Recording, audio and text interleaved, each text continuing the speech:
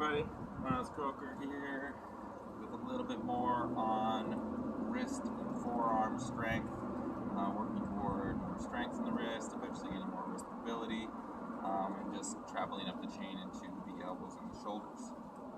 A dowel can be your best friend for a lot of these things. Right now I'm using a band, but you can also do this with a weight on a string.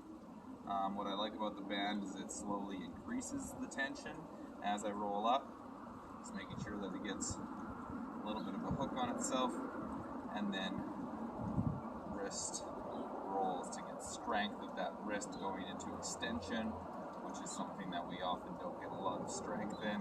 We're always pulling or closing or gripping this way, so pulling up into extension loaded is great.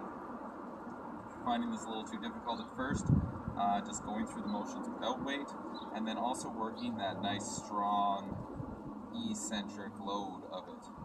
So undoing one wrist, undoing the other, controlling that descent and not just letting it pull you forward. Secondly, with the dowel, quite useful again if we put a little bit of weight on the end. A little bit of weight goes a long way, especially when it's out at a lever like this. So little motions here, changing that angle, moving through the strength of the wrist. Again, just a little bit of weight even out at the end or something unstable can make a big difference in the weight that you'll feel at the forearm and the wrist. Okay, working these down and ups. Work the back side of the wrist here. We can work at this angle. And we can also work rotations to work that supination and pronation. Forearm, trying to keep the shoulder stable and have that rotation happen at the forearm through the radial ulnar joint. Supination to pronation. But final thing I want to share for today is you can find something, maybe even just to lift the heels of your hand, but on a slight incline is going to help take some of the pressure off the wrists.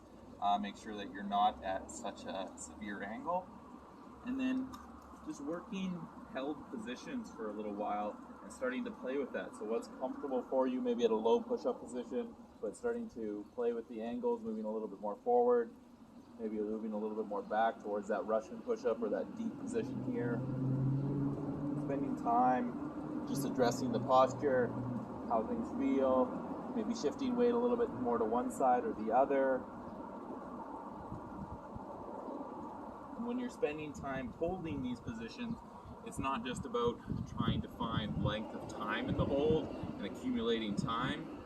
It is getting that time under tension, but while you're doing it, try to maintain that curiosity. Try to maintain that idea of like, what am I feeling here?